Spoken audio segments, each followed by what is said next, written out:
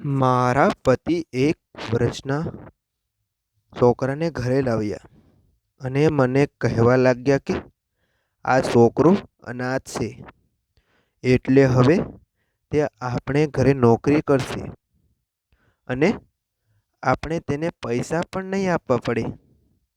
મારો પતિ ખૂબ જ કંજૂસ હતો અને તે મફતનો ગોતે રાખે તો તે છોકરો જોવા ખૂબ જ સુંદર હતો. મેં મારા પતિને પૂછ્યું કે આ તમને ક્યાંથી મળી ગયો? તો તે કહેવા લાગ્યો કે આ છોકરો મારા દોસ્તના ઘરે થોડા મહિનાથી કામ કરતો હતો, પણ મારો મિત્ર હવે બહાર વિદેશમાં જાય છે, એટલે મેં તેણે મને આપી દીધો અને આપણે ફક્ત જમવાનું આપવાનું છે અને જે કામ કહીશું તે કરશે. મારા મેં મારા પતિને કહ્યું કે આપણે ઘરની અંદર ફક્ત 2 રૂમ છે, એમાંથી એકને આપણે બેઠક રૂમ બનાવ્યો છે અને બીજું આપણો બેડરૂમ છે. તો આ છોકરો ક્યાં રહે છે? મારા પતિ કહેવા લાગે કે તેની ચિંતા કરવાની જરૂર નથી, અને ગમે તે ખાટલો આપી દે, તે સૂઈ જશે. મેં તેને સવારથી રસોડાના કામમાં લગાવી દીધો. તેણે ચૂપચાપ બધું કામ કરી નાખ્યું અને આખા ઘરની સફાઈ પણ કરી નાખી. મેં તેને નાસ્તો આપ્યો તો તેણે ચૂપચાપ નાસ્તો કરી લીધો. મેં કહ્યું, તું બોલતો કેમ નથી? તે કહેવા લાગ્યો કે હું તમારી સાથે શું વાત કરી શકું? મેં તેને પૂછ્યું, તારા ઘરમાં કોઈ નથી? તો તેણે કહ્યું, મને ખબર જ નથી. જ્યારે મારી આંખ ખુલી તો હું અનાથ હતો. હું 5 વર્ષનો હતો ત્યારે એક સાહેબે મને અનાથ આશ્રમમાંથી એમ કહીને લઈ ગયા હતા કે તેને સંતાન નથી, એટલે તેને છોકરાની જરૂર છે. હું તેને સારી સ્કૂલમાં દાખલ કરાવીશ અને ભણાવીશ. પરંતુ તેણે મને 5 વર્ષની ઉંમરમાં જ પોતાના ઘરે કામે લગાડી દીધો. બજારમાંથી નાનો સામાન લાવવો, વાસણ સાફ કરવા, એવા ઘણા બધા કામ તે મારી પાસે કરાવવા લાગ્યો. થોડા સમય પછી તે વૃદ્ધ માણસ ગુજરી ગયો હતો. તેની પત્નીએ મને ઘરેથી બહાર કાઢી મૂક્યો. મેં બીજા જ દિવસે ફરીથી નોકરનું કામ કરવા લાગ્યો. પરંતુ જેણે મને રાખ્યો તે ફક્ત મને 2 ટાઈમ જમવા સિવાય વધારે કંઈ આપતા નહીં. હું મારું પેટ ભરવા માટે ઘરના બધા કામ કરું છું. તેની વાત સાંભળી મને ખૂબ જ દુઃખ થયું.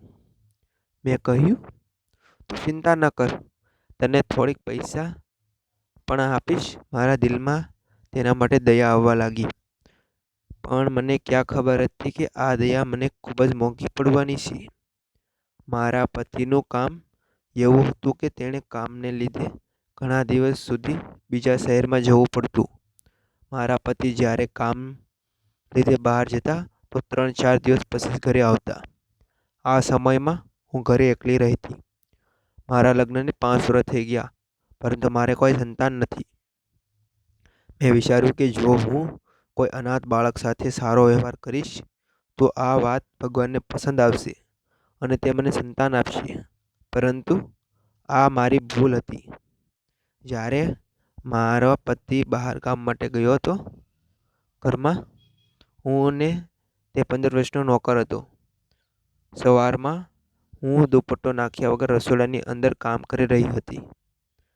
તે 15 વર્ષના છોકરાની નજર મારા ઉપર ફરી રહી હતી. તે ક્યારેક મારા ચહેરાને જોતું તો ક્યારેક મારા શરીરને જોતું. પહેલાં તો હું થોડી ડરી ગઈ. મેં મારો દુપટ્ટો લીધો અને મારા શરીર ઉપર ગોઠવી લીધો. કિચનમાંથી બહાર નીકળીને હું મારા રૂમમાં આવી ગઈ અને વિચારવા લાગી કે આ 15 વર્ષનું બાળક મને આમ કેમ જોતું હતું.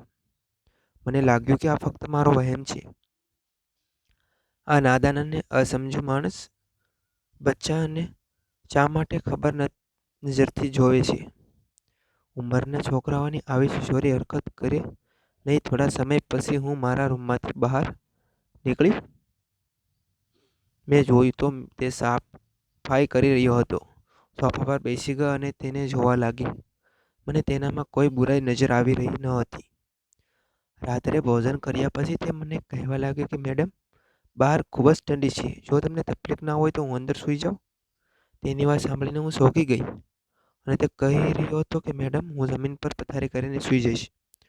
બહાર મને ખૂબ જ ઠંડી લાગે છે.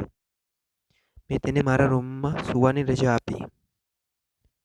મેં તેના ચહેરાઓ પર આનંદના ભાવ જોયા. મારી હા સાંભળીને તે એકદમ ખુશ થઈ ગયો અને તે પોતાની પથારી ઉચકીને મારે રૂમમાં આવી ગયો. મને અંધારામાં સૂવાની આદત હતી. મેં સૂતા પહેલાં લાઇટ બંધ કરી દીધી. ધીમે ધીમે હું નિંદ્રમાં જતી રહી. ખબર જ નહીં પડી કે સવાર ક્યારે થઈ અને જ્યારે મારી આંખ ખુલી તો મારું માથું ભારે થઈ ગયું હતું. એવું લાગતું કે આજે ખૂબ જ વધારે સૂઈ ગઈ રહી હોય. મેં ઘડિયાળમાં જોયું તો સવારના 9 વાગી ગયા હતા. હું રોજ 8 વાગે જાગતી.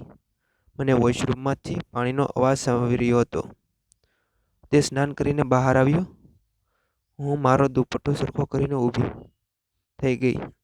મારા પેટની અંદર ચાદર જોઈને મારા હોશ ઉડી ગયા. કારણ કે આજે મને બધું અજીબ લાગી રહ્યું હતું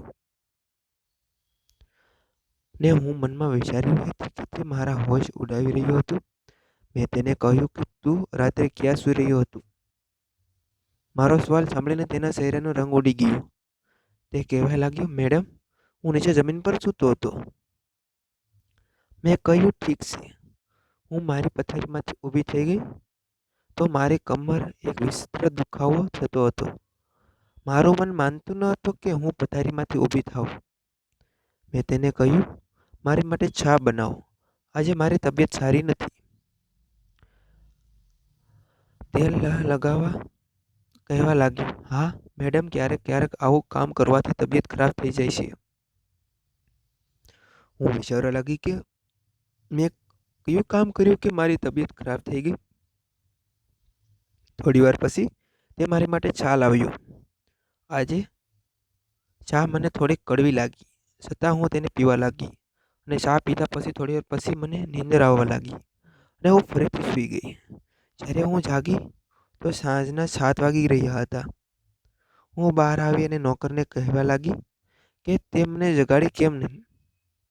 તો તે કહેવા લાગ્યો કે મેડમ, તમે જ્યારે સૂવો છો ત્યારે ખૂબ જ સુંદર લાગો છો. તેની વાત ઉપર હું ચોંકી ગઈ અને મેં તેને પૂછ્યું, તારો કહેવાનો મતલબ શું છે? તો તે કહેવા લાગ્યો કે હું તમને કઈ રીતે જગાડી શકું. અમે બંને રાત્રિનું ભોજન લીધું અને થોડી વાર પછી મને ફરીથી નીંદર આવવા લાગી. હું ગાઢ નિંદ્રામાં સૂઈ ગઈ હતી. મને એવું લાગતું હતું કે મારા શરીર સાથે કોઈ પ્રેમ કરે છે, જે મારા પતિ કરતા તેવો જ વહાલ અત્યારે કોઈ કરી રહ્યું હતું. મારી આંખ ખુલી રહી ન હતી. મને ખૂબ જ આનંદ આવી રહ્યો હતો, પરંતુ મારા પતિ તો ઘરે ન હતા. તો પછી આ રમત મારી સાથે કોણ રમી રહ્યું હતું? મને સમજાઈ રહ્યું હતું કે મારા ભોજનમાં ઊંઘની દવા આપવામાં આવી રહી હતી અને તેનો ફાયદો કોઈ ઉપાડી રહ્યું છે. માંડ માંડ મેં મારી આંખો ખોલી અને એવું જોયું કે મારા પગ નીચેથી જમીન સરકી ગઈ. કારણ કે તે બીજું કોઈ નહીં પણ 15 વર્ષનો બાળક હતો, જે મારી સાથે. મિત્રો, વિડીયોનો આગળનો ભાગ સાંભળવા માટે વિડીયોને લાઈક અને ચેનલને સબસ્ક્રાઈબ જરૂર કરજો. અને વિડીયો પૂરેપૂરો જોવા બદલ તમારા સર્વ મિત્રોનો ખૂબ ખૂબ ધન્યવાદ. મિત્રો, આવજો, મળીશું આવતીકાલે એક નવા વિડીયોમાં. ટાટા બાય બાય મિત્રો.